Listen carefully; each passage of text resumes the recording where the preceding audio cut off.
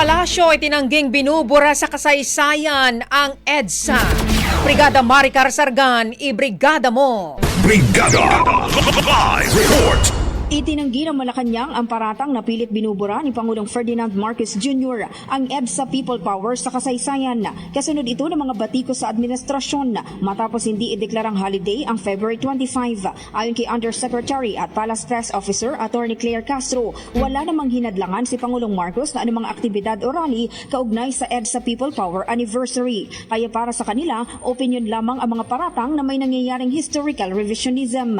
Wala ring problema sa Malacanang ang pagsuspindi ng klase ng ilang mga paaralan. Ito naman anya ay deklaradong special working day at hindi ito pipigilan ng Pangulo.